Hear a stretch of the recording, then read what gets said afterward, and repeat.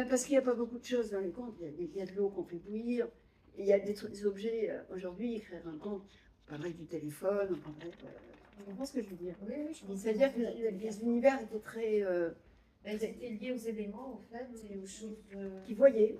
Voilà. La quotidienneté. Alors, il y a une chose. Là, j'étais loin parce que comment ça se fait que j'en trouve pas ça loin?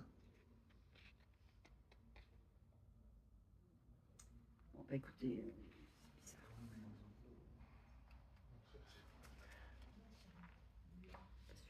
Mais regardez, mais c'est incroyable. Et tout est inventé. Hein.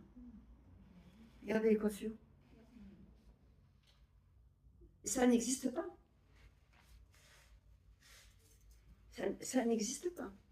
C'est pour ça qu'ils disent qu'ils voient naïf aussi. Comment? Parce que c'est quelque chose qui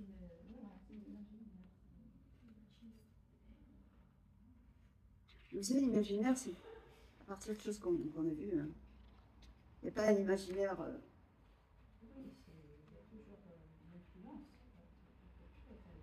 Regardez les bras comme ça.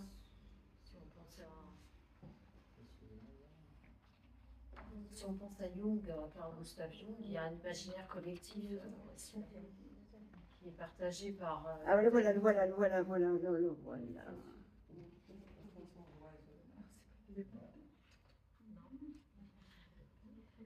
Vous voyez, c'est ça le.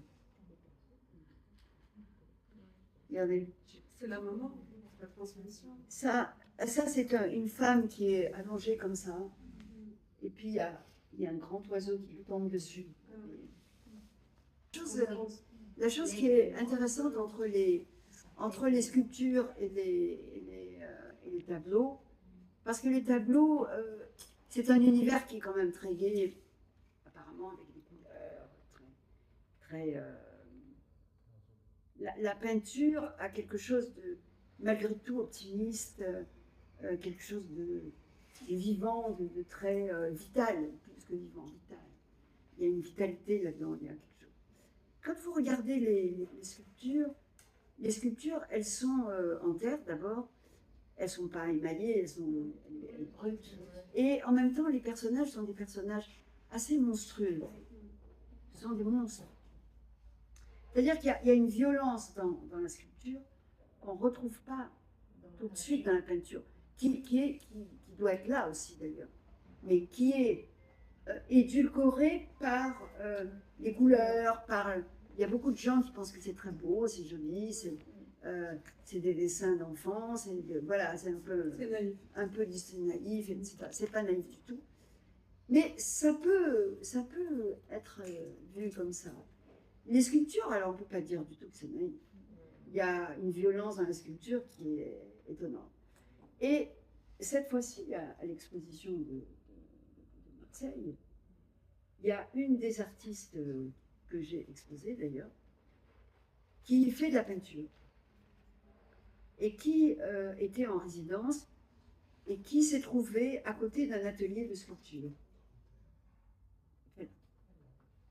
Qui fait de la peinture et dans sa peinture, moi je la connais bien, il y a une grande violence, mais ça ne se voit pas. Parce qu'elle peint longtemps, c'est la peinture presque classique, si vous voulez, achevée, etc., etc.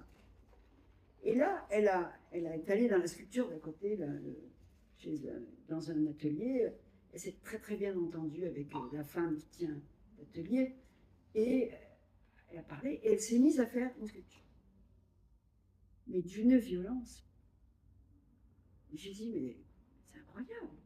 Elle m'a dit, c'est incroyable. Et je pense que dans la sculpture, on ne peut pas tricher la violence. On ne peut pas la faire disparaître. Autant, si vous voulez, on peut travailler sur les couleurs, on peut arranger un peu les couleurs, etc. Si vous arrangez un peu la sculpture, eh bien, il n'y a plus de sculpture. Il y a la part de matière aussi. Hein? Il y a la part de matière aussi. Dis-moi. Non, La part de la matière. Oui. Il faut un grand rôle de violence. Oui, parce que je pense que le fait de pétrir, c'est plus sensuel. Donc ça, La mémoire du c'est- corps de l'époque. tandis que l'œil, tout ça, c'est plus intello quand même. Hein. Quand on peint, on cherche les couleurs. Mais là, on est porté par les pulsions de la... Je ne sais pas si tu as vu les tableaux, la sculpture de Félin. Vous l'avez, mais c'est incroyable. Moi, j'étais choquée. Hein. Quand je l'ai vu, j'étais choquée. C'est choquant. Non, par rapport à ce qu'il fait d'habitude.